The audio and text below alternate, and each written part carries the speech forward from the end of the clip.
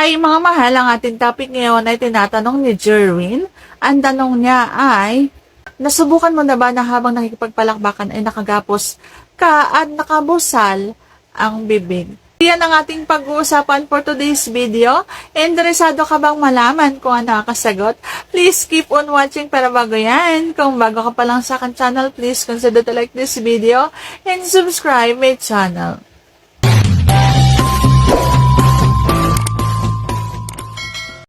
Naranasan ko na ba? Hindi pa. Kasi hindi ko naman kailangan pilitin. Masarap naman yan. So bakit kailangan pa kong igapos at busalan? Charot lang.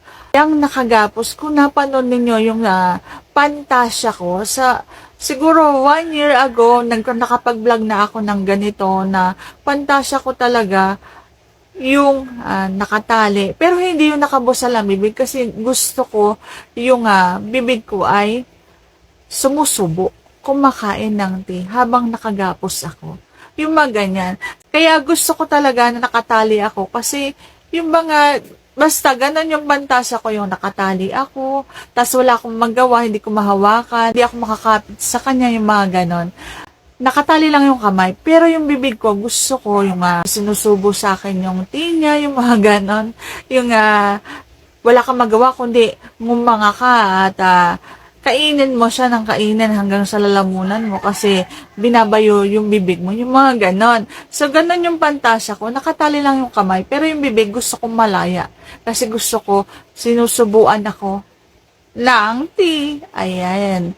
So, hindi ko pa naranasan yung tinatanong mo. Pero yung pantasya ko, hindi ko pa rin naranasan yan.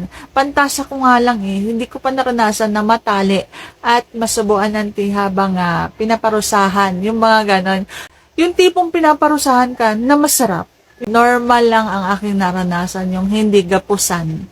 Yung normal na may labanan. Yung mga ganon. So, sana nasagot ko ng tama ngayong tanong. If you like this video, please consider to like this video and subscribe my channel. Thank you for watching. See you on my next vlog.